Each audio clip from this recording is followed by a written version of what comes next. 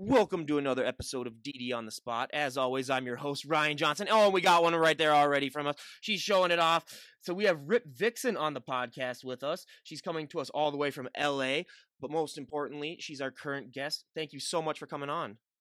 Thank you so much for having me. I really appreciate this opportunity. Absolutely. So before we get started, I got to say, how did you come up with the name Ripped Vixen? How did that come to be? I got to give credit where credit is due because I did not come up with that name. A photographer by the name of Rob Sims, who's very well known in the fitness industry. He was my first real photographer out here where we did a lot of content together, and he came up with that name, and I started going with the website and all my social media. I opened up all those accounts, and it just kind of took over as a stage name, I guess. I like to call it my bodybuilding stage name. Yeah, I mean, and that's awesome. I mean, not that many people that we know have those stage names, especially bodybuilders. So it's nice to finally have one. And honestly, yeah, that's one of the great ones. Honestly, he came up with that. I mean, he got to get all the credit for that because that is a great one.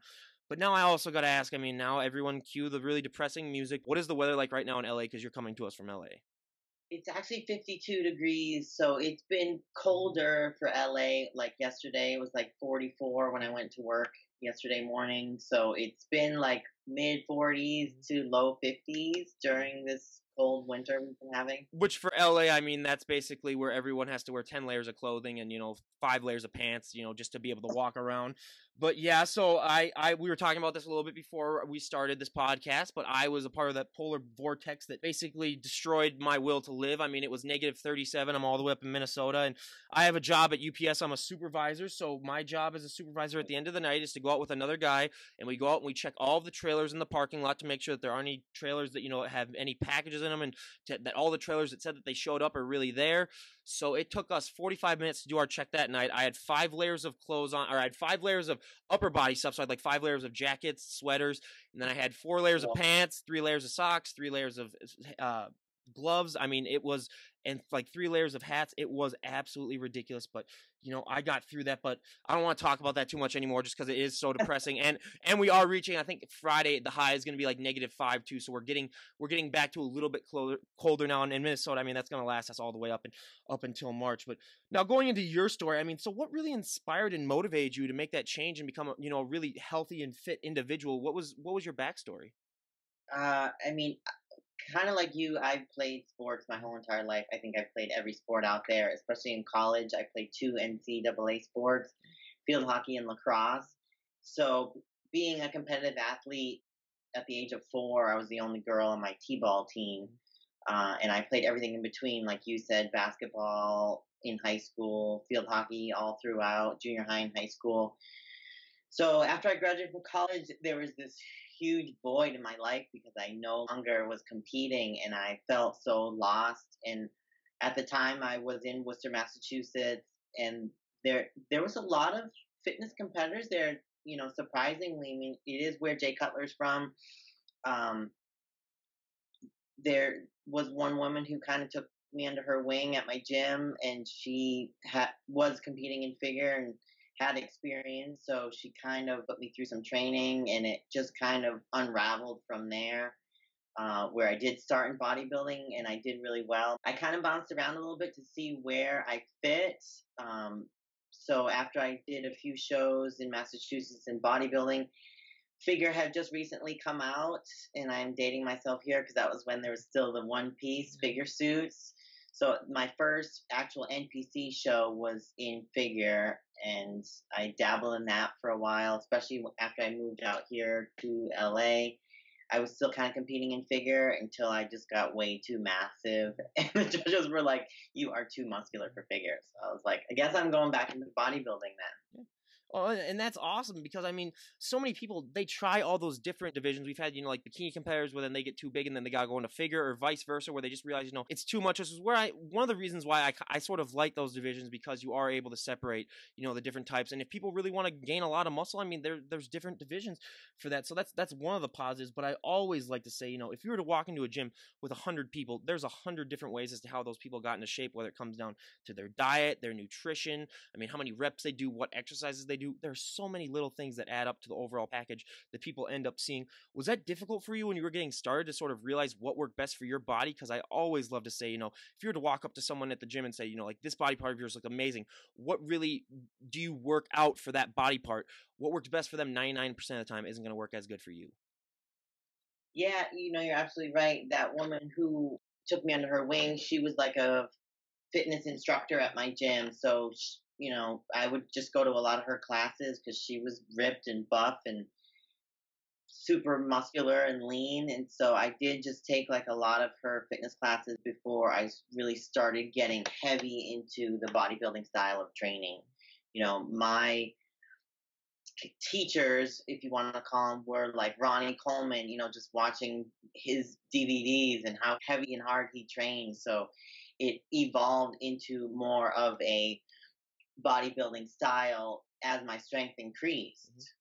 Yeah, it's definitely just. I always like to compare it to sort of being like a mad scientist, where you're just trying out new ways and just seeing what works best for your body. Because working out and all that stuff, it really is a true experiment. And when it comes to just finding out what works best for you. But also, one of my favorite questions to ask, because everyone has different genetics, so everyone's answer is always different. But when you were getting started, everyone always has that one body part that really takes off, that they don't have to train as much, and then everyone always has that one body part that sort of lags behind, that they have to train into overdrive to get it to catch up to everything else. What were those body parts for you? Because I'll give my examples first. So, my back was, already like super, super well built. I could, work out once a month back and it would still look really, really good. But I'm 6'3", so my legs are just shot. Where I gotta, train twice a week just to get them to look anything resembling anything good to the rest of my body. But what were those body parts for you when you got started? You're super tall. Yep. Mm-hmm. I always had legs, and my glutes have always been muscular because I think I was an athlete. And it just involves so much running. Your average field hockey game will produce 7 to 8 miles of running. So my legs were always developed, especially my glutes. I think that is definitely genetic. My mom has a big butt, and I've always had a big butt. Even when I was younger, I tried to hide it because it was just massive. Now it's like the trend. It's totally in, so I embrace it. But for me, especially as a woman, I think a lot of females experience this because it's so hard for us to build muscle in our upper bodies. My shoulders, whether it's an illusion or not, I always wanted those big round delts. Some people have them and some people don't. And I was not one of those people that was gifted with muscular arms or delts. Yeah, it really, especially for women too, just the amount of hard work that it takes to build it up. It just takes years upon years of dedication. But I also got to ask, playing field hockey, I watch that sport and my back just hurts just watching that. Because you're bending over constantly. How are you able to do that? Because being as tall as I am, I could never do that. But does your back just get used to being hunched over basically the entire time for like an hour and a half? Yeah, it is a lot of coordination, eye-hand coordination to keep that ball on the end of the stick, but also your body kind of adapts to running in like a squat position. You have to learn how to run crouch down like that. So it was a lot of conditioning, a lot of strength and conditioning for sure. I know sometimes I have the Big Ten Network because I'm in the Midwest, so every once in a while there'll be like a field hockey game on there, and I watch it for like 5 minutes, and then I have to turn it just because my back just hurts. My back just hurts watching. I was like, oh my god, if I did that after about 5 minutes, I'd just quit, and I'd be like, yeah, my back is absolutely just killing me. But that kind of leads us into one of the big myths that that I was talking about. Like I always say, it's gotten better the last 5 years with Instagram, but there's still a significant amount of women that have that fear where if they touch one weight, they're just gonna hulk out and put on 50 pounds of muscle. And what I always say to that, yeah, and it's like, yeah, does she look like that? She's been working for how long? But I always say to that, I would sign that person that next day to be my personal trainer, just because they have found the secret that so many people are looking for. But did you ever deal with that when you were getting started? And even if you didn't, I bet you hear that all the time. What is your main response to people who always say that? It is so frustrating because I deal with it on many levels. My full-time job involves working for a major corporate supplement company, where I'm constantly selling protein powders to people, and that is probably for men and women. I get it from men and women. They are concerned that this 100-calorie protein shake is going to make them too big. And then I also struggle with my personal training business that I work part time. A lot of women don't want to train with me. Number one, because they like the attention of a male trainer. They like a man's eyes being on them and physically touching them and it being all about them. And number two, they don't want to look like me. And I get that, you know, beauty's in the eye of the beholder. Not everybody wants to look like me. And that's totally cool. But that doesn't mean that this is all that I know how to do. You know, my skills are in weight loss and I can tone up anybody once they stick to my diet. So I struggle with it in a few different areas of my life because my personal training business really suffered from it. And every day I deal with this common misconception at work, and it's just I know. ridiculous. I wish there would be just a course that would just teach people. It's like, no, you're not going to look like that. You have to put in so much hard work and dedication and training just to even look like, and especially for women. I mean, I always tell the story of one of my really good friends in college. When I started working out and getting bigger and stronger, she'd come up to me and say, you know, like, Ryan, I want to go to the gym with you, but I'm just afraid I'm going to get too bulky. And I just said, look, the amount of weight that you carry in your purse when we go out to clubs or when we go out to eat weighs more than 90% of the dumbbells in the gym, and you're not getting an ounce of muscle from lugging that thing around. And she's like, oh, yeah, you're right. But one of the things that I love to talk about that really, I mean, I think for women more than men really impacts them even more positively is the confidence boost that it gives you, especially for women. I mean, because men, let's face it, they come in, they already act all cocky when they're in the gym. They act like they own the place, even if they've never touched a weight in their entire life. But for women, I mean, a lot of it is a struggle because they feel intimidated when they walk into the gym. They don't want to, you know, they see all these big guys and big girls and they're just like, oh, wow, like that just seems really intimidating to them. So a lot of times the confidence boost, I mean, is the biggest thing, especially for women. Could you kind of go over how that impacted your daily life? Because I mean, that's one of those things that I always say, the confidence boost that you can take from working out and getting into better shape, that you can take and adapt to anything in your life. 100%. You brought up a good point because I do see that with so many women in the gym, either they have to hire a trainer just because they don't know what they're doing and they feel so intimidated that they won't even walk into a gym sometimes. I've talked to young college girls who have free access to their gym at college and they don't even use it because they're so afraid to walk into the room because they don't know what to do. And I just tell them, look, start on the cardio. Just go into that gym, do cardio, and watch what everybody else is doing, and that'll give you a visual on how to use these machines and what to do with what you have in your gym. But also, you know, it is a huge confidence builder. I know for myself, it helped me deal with a lot of mental issues, you know, a lot of self-confidence issues that I know most people deal with. And I just wish more people would get into strength training because I try to coach women and tell them, look, the stronger physically you become, the stronger mentally your brain will adapt. And you will have so many more skills to deal with these emotions that you can't control, especially in relationships. I know so many women who are in like just pathetic relationships and they're just settling for like these losers because they don't realize their worth. And I was there too.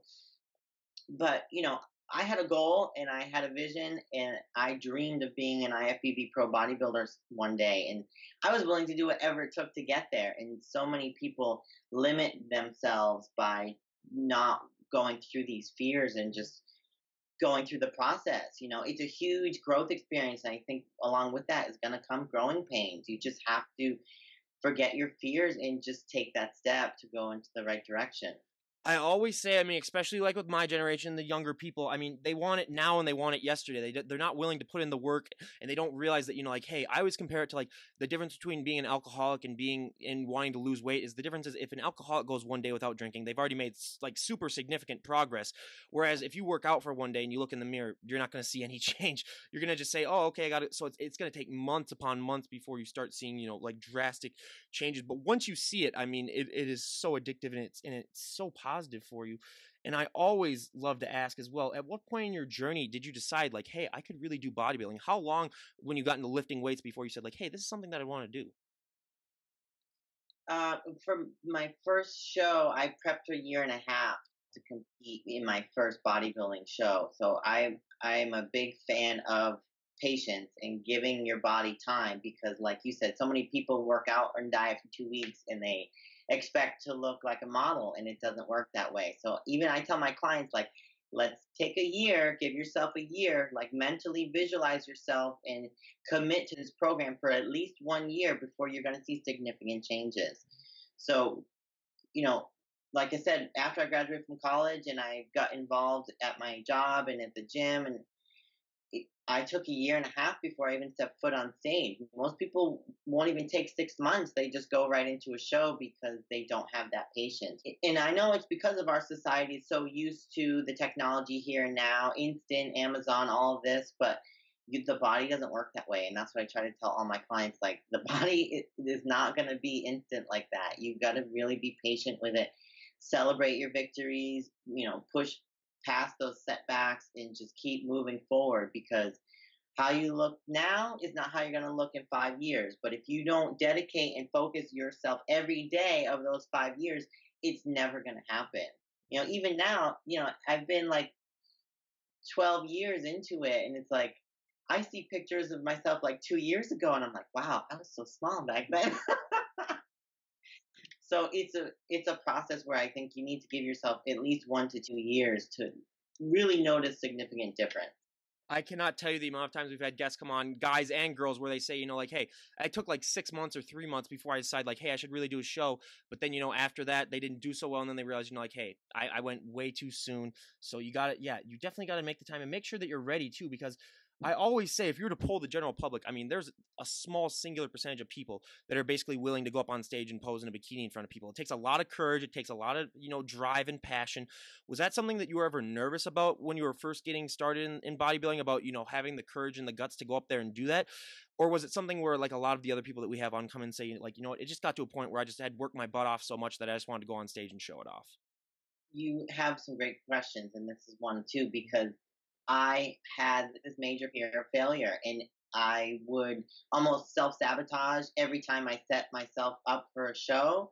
I would do all the necessary prep for it, and then, like, the day of the show, I would subconsciously do something to sabotage my performance that day. So I had to hire this great hypnotherapist. His name is Drake DeMay, Drak DeMay. He really worked with me via Skype to do some hypnotherapy to get over my stage fright and to get over this fear of failure, because I had performance anxiety. I always had it. You know what I mean? My performance sucked because of it. So I knew I couldn't be successful at this until I got over this mental block of my performance anxiety. So I worked with him, maybe 4 or 5 sessions via Skype, and it was intense, and it was some really cool stuff. So I highly recommend. It's a process. Like, it's not just physical. People are imbalanced sometimes because bodybuilding is so physical, and you really need to commit yourself to being disciplined and committed and sacrificing these struggles that are mental, because they work together. The mind and the body are one. So I encourage people to keep learning, like, keep reading books. Like, every time I get in my car, I'm listening to some kind of positive audio book. I never listen to music in my car. It's always some kind of motivating, successful audio book that I am listening to, just to feed and nourish my brain with positive, successful people and authors to keep me striving towards my goals and on the same path. Because let's face it, we live in a negative world, and everything around us is negative and garbage and toxic, that we hear, that we see. And so it's a matter of choice of what path you want to follow. Yeah, 100%. It definitely, it's all about, that commitment that you have to put into it. But one of the things that I love to also discuss is, a lot of people don't realize, just to be able to get into shape, to be able to go into a prep, takes so much hard work and determination and dedication. But then when you go into a prep, that is notching things up to an extreme level when it comes to, you got to get all of your workouts in. You got to eat the right amount of food at the right amount of times. You just got to be on point all the time. Was that a struggle for you, sort of adjusting to that prep life? My strength has always been the diet. I have always been really disciplined with my diet. When I was younger, I battled a couple different eating disorders. So diet to me is more controllable than workouts, because time and injuries tend to control your workouts. Where if I can control what I eat, it makes the prep that much easier. So my strength through prepping, I never cheated, not even once when I won the USAs. I never had one cheat meal throughout that whole 6 month prep. Like, I was so dedicated and so focused. The last 2 months, I ate 6 meals of white fish and greens every day. 6 meals a day was white fish, grilled white fish, and spinach or romaine, some kind of green vegetable every day. And I didn't care. Like I did not care. I did not crave other food. I didn't care. My goal to win my class for the USA's was so strong that nothing was going to break my diet. And even my cardio was on point then. I was doing 2 hours of cardio a day on top of my lifting. So back then I had more time on this prep. Now I work two jobs, a full-time job and a part-time job training clients. But back then my focus was so tuned in to winning my class at this show that it was just the icing on the cake that I won my pro card. Yeah, I mean, and that's just so great. I mean, just people just don't realize the drive that it takes, though. Like you said, eating that food just constantly. I mean, that's one of those things where I look at that and I'm like, wow, that just takes such that takes a whole different type of person to be to be willing to go through that. But the most surprising thing that I've learned since I started this podcast, one thing that I think not that many people would realize, is that for a lot of these competitors, the hardest thing for them is posing. It's harder than your nutrition. It's harder than your working out. I mean, not that many people I think would really guess that. But what has your experience been like with posing? Because I mean, I know you started in bodybuilding and then you went to figure, which is completely different posing, and then you went back to bodybuilding. But has your experience with posing been easier for you than for a lot of people? Because I always like to say posing is just like driving, where you can be a great driver, you can never be a perfect driver, you can be a great poser, you can never be a perfect poser. It's always ever evolving. What has your experience been like with posing? Great question. So for my prep for the USA's, I prepped for a year with Chris Cormier. In a lot of times I was training with him at Gold's Gym in Venice.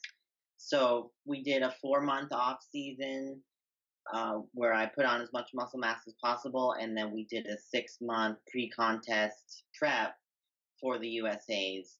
And I was posing there with him at the posing room in Venice at least once a month, along with training with him down there, maybe once or twice a month too.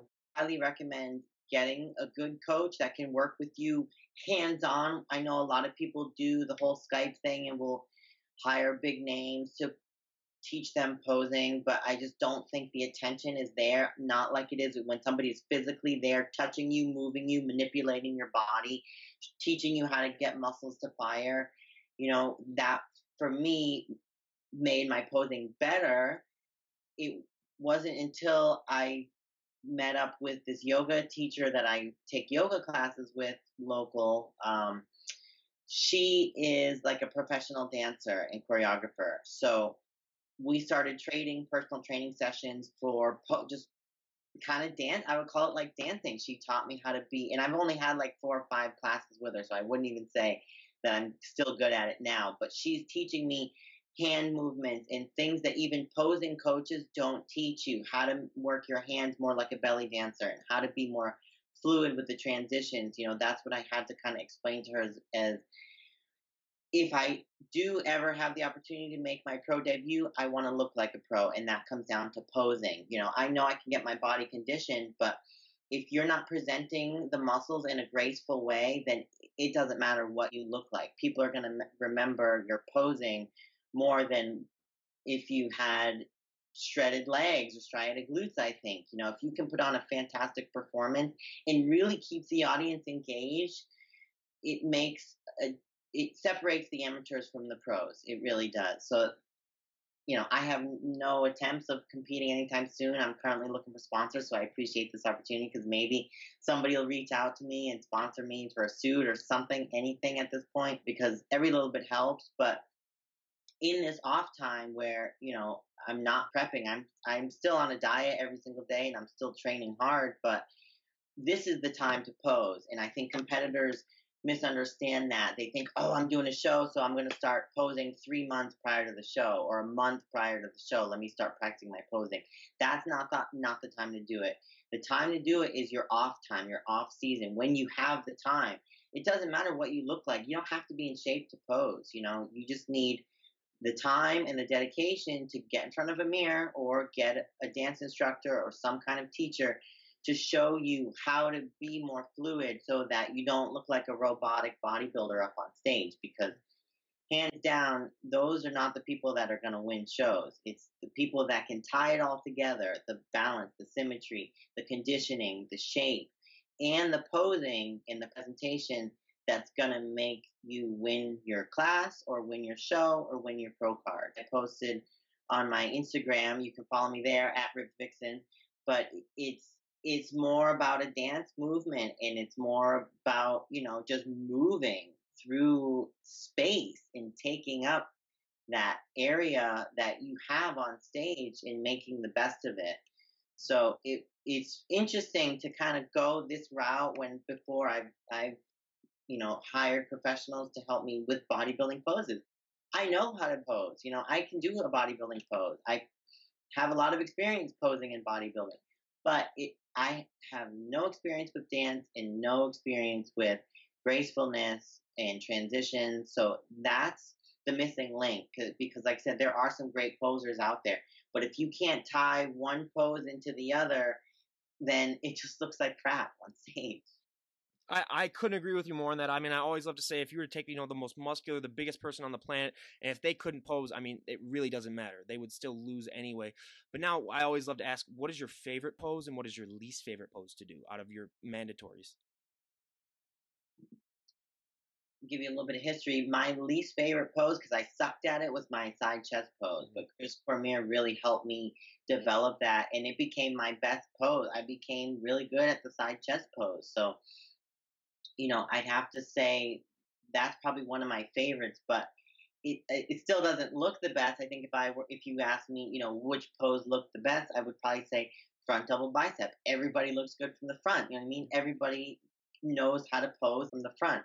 But I think it's the side poses and even the back poses that are a little more challenging, especially the back poses because you can't see yourself. And that's why that room in Venice that's surrounded by mirrors is so critical. Even videos, like every time I would do a posing session with him, I would record the whole thing. And then guess what? I would go home and study it, just like any athlete that's on a team. And they watch videos. We did this in college.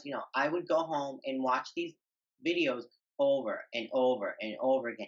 And sometimes I would practice to them just like I was there, and he's directing me and calling out the shots. I would just be posing to these videos that I already went through with him just to reiterate it. It's practice, practice, practice. It involves so much practice. I can't even tell you like how much more important posing practice is. I'd probably say even than cardio because you are burning and flexing so much when you're posing that it's a great workout all by itself. I had a fantastic, unbelievable experience with Robert Messino. Immediately after I won my pro card, I literally went from Vegas. I drove back home to LA for like one day. The next day, I flew out to Florida for a week-long photo shoot with him. And you're doing longer, what you would do on stage, you're doing it for like 3 to 5 hours at a time versus 3 to 5 minutes on stage. So you're now conditioning your muscles even more to flex and to pop and to move. You become so much more conditioned from posing. It was unbelievable how good I looked in those photos from that shoot.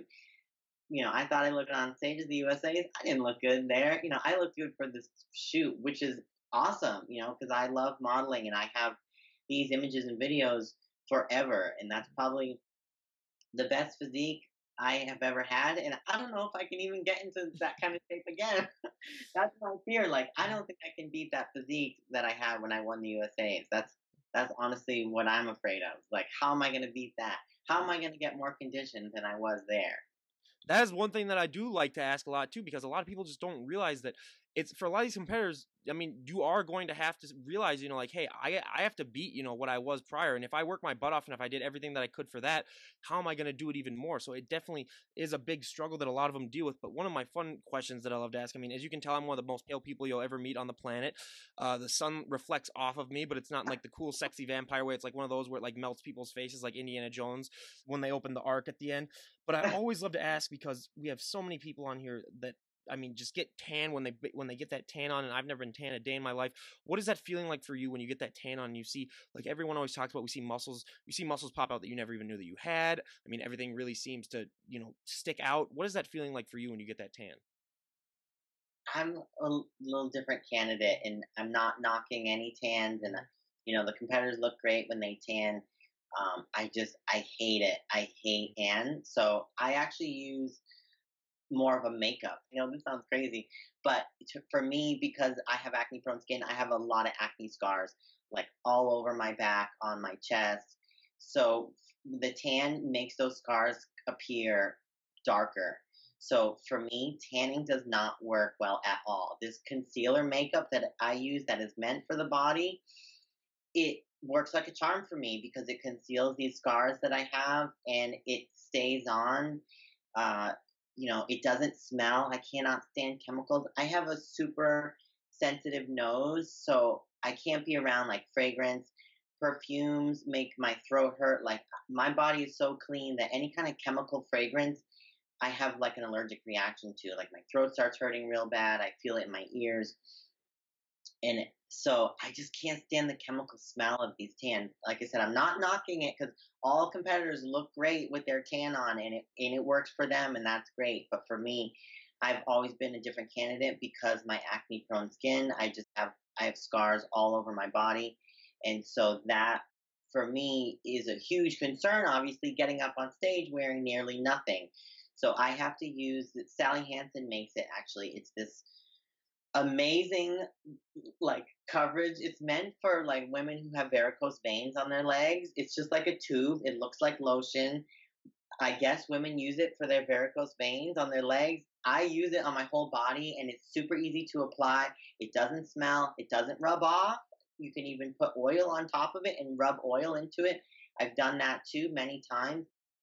And it literally like it scrubs off in the shower with soap so easily. So I can't commit myself to the tan yet until I find something that can conceal me. Like I have a friend who does spray tan. Keep asking me, I'm like, I see guys who are covered in tattoos, but then they'll compete in, physique or the newer one that is like I forget the name of it because there's so many classes now, but they all the tattoos like disappear, they go away. I'm like, so there's got to be something that's covering up all their ink because you wouldn't even know that they had them on stage. So if anybody out there knows of any like special spray tan that has great concealer coverage, please send me a DM. But I don't know about this because like I said, I don't ever do spray tans. I don't ever go tanning. This is my natural complexion all year round. I'll slap on that makeup like for a photo shoot or the day of the show I'll apply it and it's smooth and it's easy and rubs in and it stays on. So Because I always say one of the biggest complaints that we hear is the tan because like you have to be a statue, you can't sit on anything, you can't touch anything, it rubs off. So yeah, I mean that's definitely one of the biggest complaints. Yeah, and it smells. I mean you can't put deodorant on and too. Yeah, so I always say don't go backstage if you don't want to smell like what death smells like. So yeah, everyone out there, that's my one warning about that. But now I mean the question that I love to ask everyone on the show, whether they be my up and coming bands, my bodybuilders, or just my professors that I have on, but for my bands I always love to ask, what is that feeling like for you when you get to perform on stage and perform in front of hundreds of thousands of people? But that also applies to the bodybuilders. What is that feeling like for you when you get to walk on stage, show off all that hard work that you've worked months upon months for? yeah, like I was kind of mentioned before, I used to be super nervous. I used to get major stage fright and I was just full of anxiety the day of the show. uh Now I still have trouble sleeping the night before, but I noticed like when I won my pro card, like I have never been more calm and collected and put together.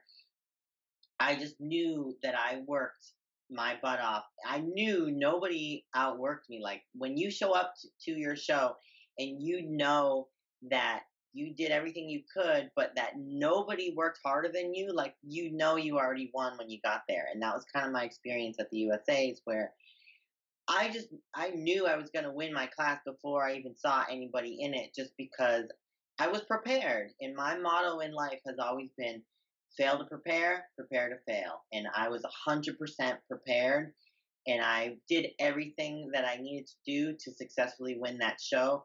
I didn't know I was going to win my pro card. That wasn't even my goal. I just wanted to win first place in my class. I did, but luckily I also won my pro card that day. So like I said, I think not having that pressure, like I hear so many people, especially in front of their pro cards, say, "Oh, I'm going pro, I'm going pro." Like they're all about, "Oh, I'm getting my pro card this year. Oh, I'm going pro." And it's like, don't put the cart before the horse. Like you got to focus on the fundamentals first and set smaller, more attainable goals like winning first place in your class. Because just because you win first, it doesn't automatically mean you're gonna go pro. But I know so many amateurs who have done maybe one or two shows and then they're like ready to go pro, and it's like you didn't even win a show yet. If you won an overall in your amateur show, that's cool. Like then I'd say, yeah, you have a great chance of getting your pro card. But don't put that kind of pressure on you because it's like not even on your horizon yet. So focus on the smaller steps that are going to help you attain that. Because yeah, in 2006 my goal was to become an IFBB pro too. And guess how long it took me to get there? 10 years. I turned pro in 2016. It took me a decade to accomplish that goal that I had been working on for 10 years. So it's not something that's so easily attained. And I just wish more people would enjoy the journey of it. Because for me, I did like working out at Gold's Gym in Venice. Like that was a dream for me. Coming from Boston, like, and always hearing about the Mecca and a ton of pros train there. And Hele, she's one of my favorite female bodybuilders I look up to. She's living her dream just working out there, and like to be able to see her and train next to her and all these other pros and Olympians, like that was cool for me to train with Chris Cormier and pose with him. Like the for me, it's all about the journey, and I loved every minute of that prep. And I think that's why I won, was because I never complained about the cardio or the diet, or I loved it. Everything about that prep was amazing. It was like a dream come true being able to prep at Gold's Gym in Venice, like with Chris Cormier. Like, who gets to do that? You know what I mean? Not many people get to experience that, and it's something that led up to accomplishing my goal in the end. But for me, I loved that journey from point A to point B. I loved every minute of the in between. So when it came to showtime, I was just like done. Like let's get this over with. Kind of like let's just do this. Yeah, and I mean that's just so inspiring because yeah, a lot of people, they just take all the training and the hard work for granted. They don't really appreciate, like you said, being at the Mecca or working out next to all these other bodybuilders. So it's really great that you have that drive and that motivation, and kind of like how lucky it is where you are, where you're at. But probably the most important question that I love to ask on this show, because it is not talked about at all on Instagram, is a lot of these people don't realize that when you look at these people in their contest shape, that is not a sustainable look.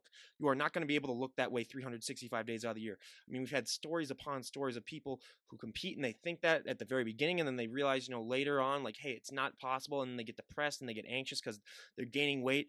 Was that ever a struggle for you, sort of realizing that, like, hey, all of the hard work that I've done, all these preps that I've done months upon months for, I am going to have to put on weight. Like, this look is not sustainable. And like you were saying before, like, that's the best I am going to look for a while, and I might not even be able to top that. Has that been a struggle for you mentally, just sort of coming to terms with that and realizing that, like, hey, if I want to put on muscle, I need to put on weight too?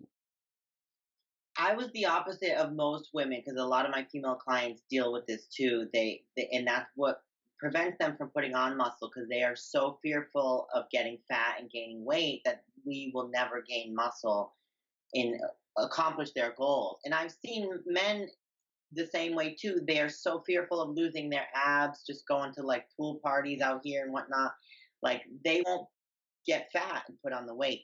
For me, it was therapeutic because, like I said, all through high school and college, I struggled with eating disorders. So for me, bodybuilding saved me, literally, like ripped me out of those eating disorders and gave me a positive goal to focus on instead of trying to be so thin that I could never be. My body is so athletic. The type of build that I was born with, I could never be skinny, but I was always in that pursuit of being thin, and I will never be thin.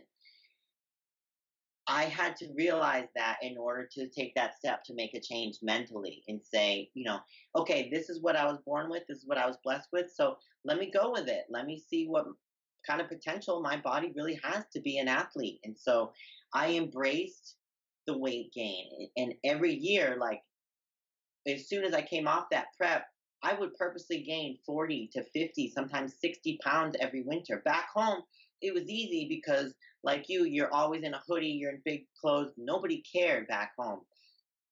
Out here is a little more difficult because a lot of people are consumed with vanity and everybody out here looks really good. So when I would get fat and gain weight, like I noticed slight change of attitudes from people out here. Um, like as far as like losing client, not getting clients as easily as I used to when I was in shape.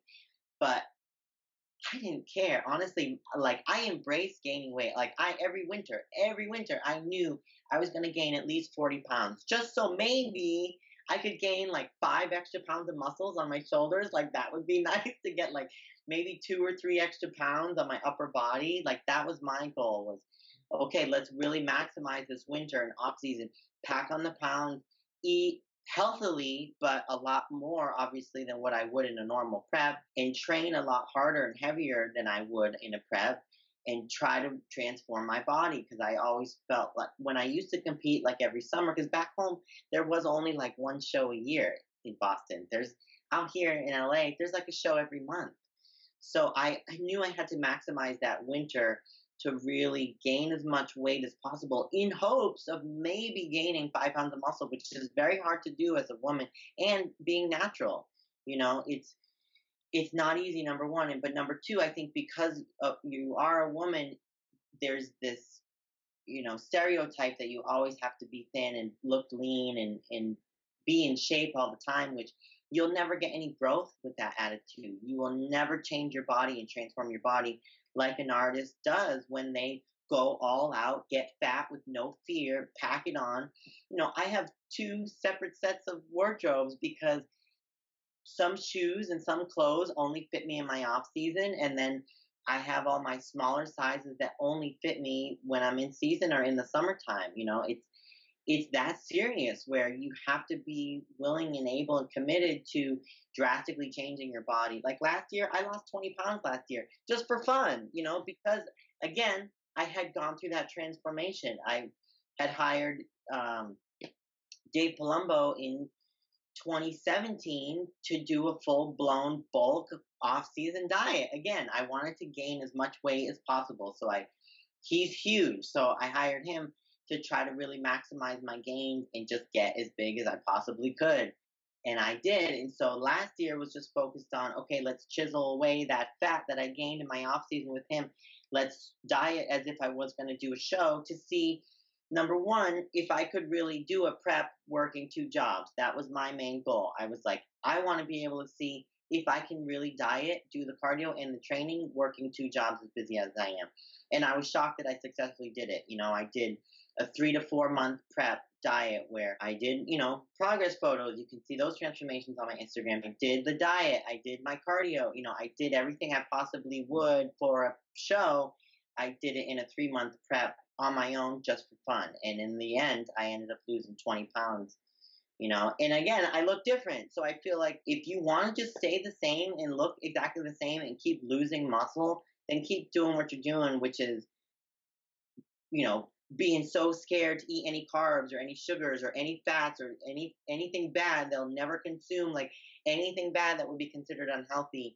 They're so strict and like anal about what they eat, and it's like you've got to be more relaxed because the body doesn't work that way. Like eat what you want in your off season and enjoy the food, because when you're in season you're not going to be able to eat that, so you better enjoy it now. I cannot tell you how happy I am to hear that, because like I said, we've had so many stories of people who don't take the high road like you do when you realize like, hey, it's something that really needs to be done. But two of my favorite questions to ask, I ask all of our health and fitness guests. So for the first one, when I was getting started working out, going to the gym, there were so many positive things that came with it. The one negative thing for me though is that you're going to get asked to move a lot of people's furniture. You're going to get asked to open a lot of pickle jars. I'm still at home with my parents for the next few months before I move out, and every time they come home with groceries, I basically have to lift the car into the driveway and then carry in the groceries. Have you found that to be similar, where people just take one look at you and just assume that you can do favors like that for them? No, maybe it's because I'm a woman and people just, they're not like that with guys. They're guys are big and brawny, so you're expected to lift heavy things and move heavy things. But I think it it you do have a different perspective. People do have a stereotype based on how you look, and I think for me it's more mentally challenged because they look at me and they just automatically assume I'm a bitch. So they'll automatically assume that, or they'll get intimidated just by looking at me, and I get a lot of this pushback from women specifically, like who don't even know me, who have never even met me or never even spoken one word to me, but they'll look at me and they automatically assume I'm a bitch, or they're, you know, I get this competitive energy from them, like I'm totally the opposite. Like I'm a lover, I'm not a fighter. But it's hard to not to mirror that, because when people feed you that energy, it's so easy to just push it right back and be, and it's mentally challenging, especially with customers and people of other ethnicities who don't understand this, because I've dealt with a lot of negative comments, more so one on one. Like I don't get a lot of negativity on social media. It's more face to face. People will make comments about my voice. They'll purposely call me sir. They'll, think my name is Andre instead of Andrea. So it's for me, I get more of the gender role reversal than, the typical like, hey, can you do me this favor? It's for me, it's been a little more challenging with those who don't understand that women can have muscle too. And that doesn't mean that I'm a guy or that I want to look like a guy. That just means I'm an artist and I'm going to sculpt my body how I like it. And it's not my job to teach you that I should be socially acceptable. Yeah, I couldn't agree more with that. That's one of the things that we really hear a lot, is that, sometimes, like I always say, that's why I love to have, the bodybuilders and just everyone health and fitness wise come on, because like you kind of mentioned, when you're walking down the street, people aren't usually able to look past the muscle and realize that there's like an actual human being deep down behind that, who, let's face it, they're just like us. They might just work out a little bit more and they're a lot more dedicated than we are, but they're just, they just have normal stories and they're just like you and me. They're just normal. So yeah, I love having people come on then and share their stories. But my favorite question to ask, and again, there's a multi-million-dollar idea out there for anyone who has the drive to do this. But when it comes to clothes for fit women, I always love to say your clothing options can be limited. Big broad shoulders are one thing I always say of. Dresses are not going to fit you. Jeans are another thing we hear of, which are very, very rare to have. I mean, because you're supposed to have big legs and small midsection, which jeans are not made for. What are some ways? I mean, we know that you have two now. You have like competition or like prep clothes and off-season clothes. But what other ways do you sort of compensate for the fact that the wardrobe is going to be vastly different than the average person's?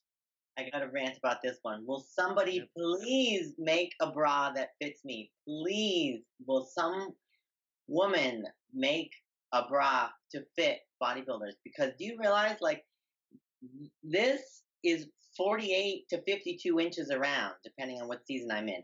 So just to fit something around my torso, Those lats don't do it justice. Yeah. it's impossible. Yeah. It's literally impossible. Even sports bras will like suffocate my rib cage. Mhm. Even sports bras are not properly fitted because you end up with like marks, with like your skin is like being dug into all day. I have like back problems just from bras, and I don't even have big boobs. Like, what's wrong with this picture? That Mhm. for me is the biggest problem, where there is no you're either a plus size woman that has like double D size cups with a 48, which it's not my case. Obviously, my cup size is a B, so you cannot find a 44 even, you know, B size anywhere. Like it doesn't exist. There's only plus size bras, and then there's like B cup size bras, and there's nothing meshed in between. So for me, that is the biggest problem in my life, whether it's just regular bras or sports bras. It's literally impossible to find something comfortable that doesn't hurt and provides the function that it's supposed to do. So for me, hands down, it would have to be bras. Will somebody please make a bra for bodybuilders that has a wide torso, big lats, but a small cup? Like, please help me out. Yeah, we've heard it here now. So anyone out there who's listening and you want to get into that and you want to make some money, I definitely recommend that. But now we go to our audience favorite part of the podcast and my favorite part of the podcast, a little questionnaire where we're going to ask our guest here about a dozen or so questions that we ask all of our health and fitness guests, and we're going to see how our answers stack up to them. So for our first question, what is your go-to workout song at the moment?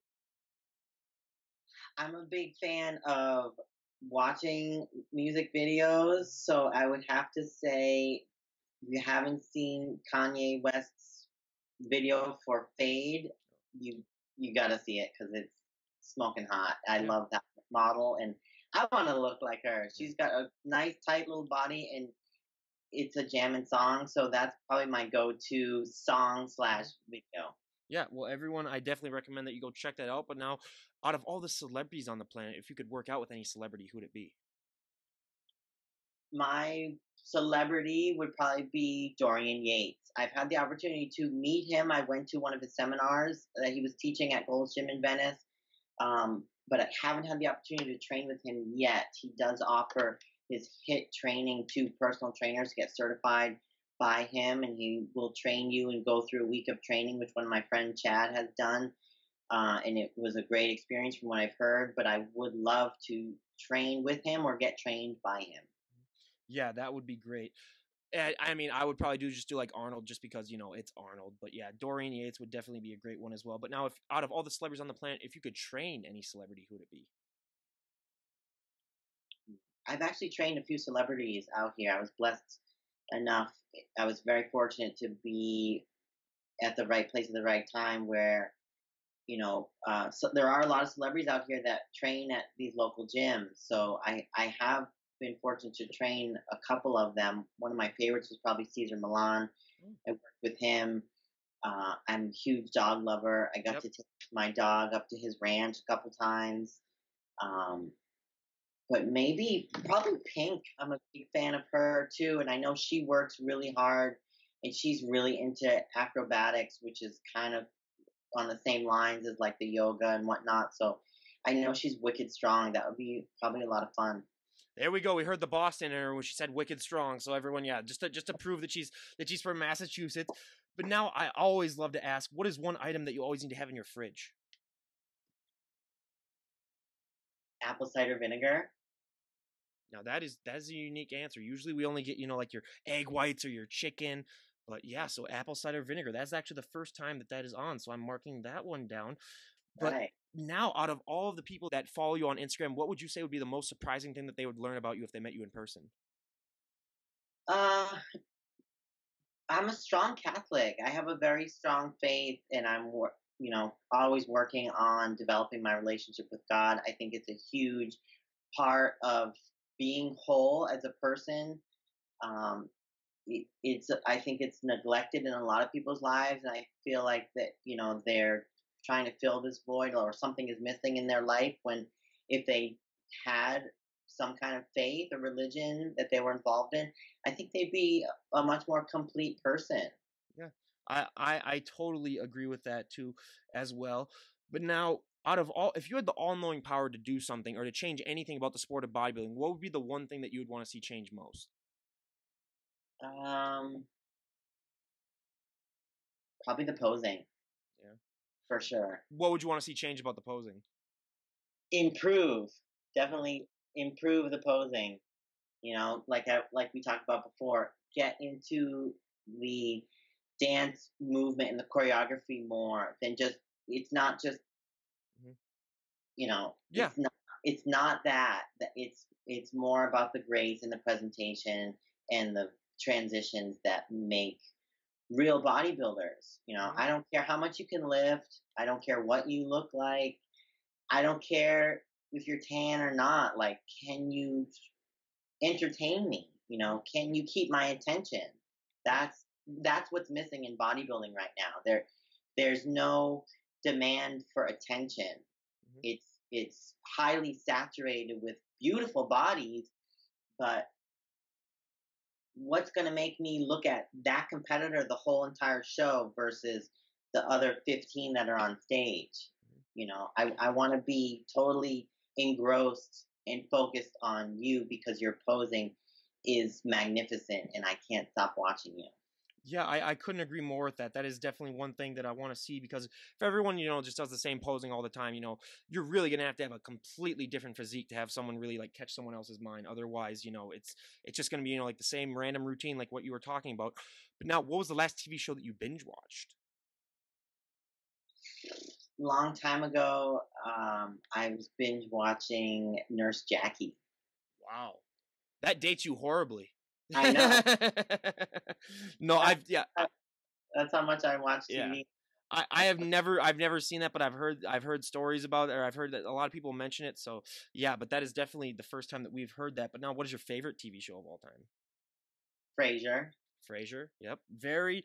That's a criminally underrated show because not that many people, especially my generation, do not know about it. But I got to it. I got into it on Netflix, and I've watched a couple of the seasons, and I'm still watching them whenever I have the time. I'll watch like an episode, probably a week or something like that, just whenever. But yeah, it is very. That one is a very good show. But now everyone has one. What is a guilty pleasure movie that you enjoy? Oh, jeez. I mean, I don't know if I would call it a guilty pleasure. Everybody loves Nightmare Before Christmas. Like Yeah. that's that's definitely one of my favorites, especially from being a kid. Like I watch it all the time. That is a good one. And again, for all my guy friends, close your ears. But mine is Princess Bride, where I mean, I could watch that. I know so much of that. I could quote half the movie, and yeah, it's just it's just my guilty pleasure movie. And again, all my guy friends, you can listen now, but I'll never admit that to them in person. It'll be one thing if they watch the podcast that they can hear of. But now for my two final questions of the questionnaire, what is your favorite fashion trend of all time, and what is your least favorite fashion trend of all time? Favorite fashion trend would be fanny packs. I always rock one, whether I'm in the gym or outside of the gym. I have fanny packs.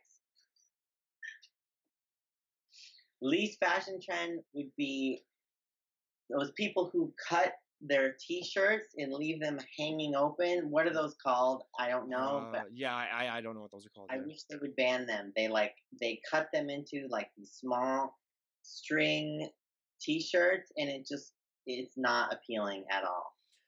My favorite has got to be flannel, just because when you're up here in the Minnesota, it's going to be very, very cold. So that's one of the best things that keeps you warm. But I gotta say, Okay. now don't get me wrong, I hate fanny packs, but when they're on men.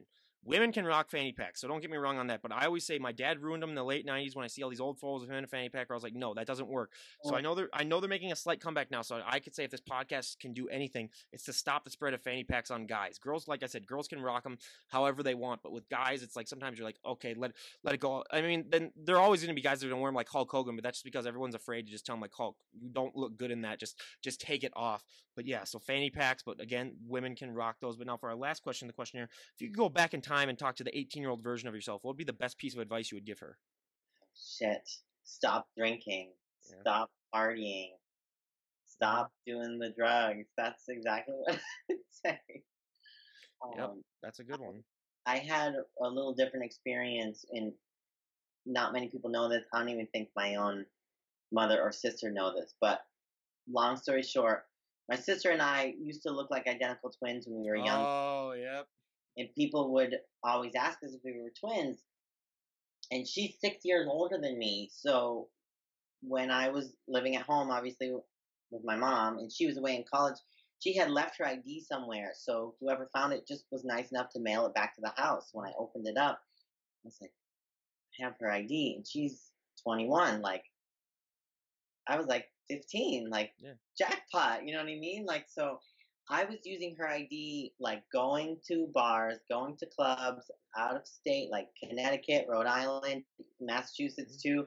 I was 16 years old, like drinking, partying, going to clubs and bars at 16. Like I look back on it now and I'm like, whoa, I was always the one to buy the beer at the parties in high school because I had a legit ID. It wasn't a fake ID, it was a real ID. I looked just like her. As long as I went out of state where nobody actually knew us, I was fine. There was only one time I almost got in trouble. It was at the Massachusetts State Beach. You're not supposed to bring alcohol to a state beach, but I was like invincible. So Yeah. me and my girlfriend, of course, we packed a cooler full of beers and we went to the state beach. Like literally, the state cops rolled up on their horses on the beach and like made me dump out all my beer on the beach. But I could have gotten arrested for underage drinking. Like, never mind the fact that I brought beer to a place that is illegal to bring. Like they totally let me off the hook. But I was 16 years old at the time. Like, I could have gotten in major trouble. You know what I mean? So Yeah. I started at a very young age drinking and getting into drugs like way too soon. By the time I did turn 21 and I was in college, like forget it. It was just like I went through a long phase of my late teens and early 20s of just like binge drinking and smoking a lot of weed and just partying my ass off, Living the and good life. yeah. And that's, again, bodybuilding saved me because Mhm. once I got into bodybuilding, I quit drinking. Like you Yep. can't do both at the same time. So right after college, when I started competing and prepping for shows, like I quit drinking. Like I didn't party anymore. So Yep. bodybuilding has saved me in so many ways. It has taught me so many life's lessons that I just can't even stress how important it is just to follow your passion. Mhm. You don't have to work out, like Yep. you don't have to do what I do. Just whatever you love to do, whatever's going to wake you up in the morning motivated, do it, and do it every single day, because that is what keeps us going, keeps us young, keeps us healthy and active. Is just pursuing your passion. And if you don't have one, I highly suggest you explore, do some, self soul searching and find out what you love to do and just start doing it. I couldn't agree more with that. And again, that was a great story. And now for the final two questions I love to ask before we wrap things up here. So, if we were to talk to you a year from now, where would you like to be at in your life? What were the goals that you think you would like to accomplish if we were to talk again a year from today? Yeah, a year from now, I would love to be prepping for a show. I really do miss it, and I've put it aside for many reasons. I one I really want to be prepared. I want to look like a pro if and when I do make that pro debut. So I would like to say, maybe 2019 or 2020, I am competing on that pro stage in women's bodybuilding. I would love to be prepping. I'm very good at it. I'm very focused and disciplined. And because I've been a competitive athlete my whole life, that's all I know. So again, I do have this void, that I have to kind of put aside because life goes on. Like there's a lot more important things in life than competing, and there's a lot more things in life that I want to experience rather than just prepping for shows, and I'm getting a little taste of that with my current journey now, but that doesn't mean I don't miss it. That doesn't mean I don't miss training on that level like a competitive athlete should. I've had to sacrifice a lot of my training time because I work two jobs. Like I have to pay the bills. It's not cheap to live in Los Angeles, but that's my choice, so I have to accept it. I would love to have that opportunity to be able to really dedicate a prep and focus in on sculpting an even better body than I did for the USA's in 2016. Yeah, I would love to transform myself again because I think that's what we're here to do, is to constantly be growing and learning about ourselves, and I would love to experience that again. But I do need help from some sponsors for sure. I can't work two jobs and prep for a pro show. Like it doesn't work that way. So if I can get some kind of sponsorship to help me out with making my pro debut, I would love to contribute to growing the Wings of Strength and keeping women's bodybuilding alive for those fans that do really appreciate us. I understand we're not that popular, but there are a lot of fans that do pay money to go out and watch, the Rising Phoenix, and they will support women's bodybuilding forever because Mhm. that's what they are passionate about. And so I really appreciate those fans and everybody who has stuck with me this far and really supported me and been by my side along the way through the ups and downs. Like there's maybe a dozen true fans that have always been there for me regardless and followed my journey and made comments on my social media posts and just truly been there for me like friends and family should. Even my own family, they don't support my bodybuilding journey. Like it's been a tough um experience trying to pursue my passions without having the support of my family, and I don't even want to say that. Like, they're against it. Like, they've been against it my whole experience bodybuilding. Like, they have not been positive or encouraging to pursue my goals and dreams. And that's even harder to be successful at it because your family, you've been around your whole life. So if they don't support you and encourage you in what you're doing, what you love to do, it makes you second guess yourself and think like, is this really what I should be doing? So that is a huge, you know, heavy weight that I had to let go of many years ago because I'm a good bodybuilder and I love doing what I do. So I'm going to do it regardless of what people think or what they say, even if they are my own parents and my siblings. It's hard for them to understand. But again, I have fans that are more supportive than my own family are. So I have to give them a lot of credit because I wouldn't be doing this without them, honestly. If nobody motivated me the way that they do to keep going on this journey, I probably wouldn't be doing it. Yeah. And again, you guys, I mean, we cannot thank you enough for coming on. I was going to ask, do you have anyone else that you would like to give a shout out to? Um, I don't think so. All right. Well, then we have it. And again, you guys, everyone, go and give her a follow. Ripped Vixen on Instagram. I mean, just looking at some of her Instagram photos, you're gonna say like, "Wow, I need to get to the gym. I need to, start working out and stop eating those Twinkies."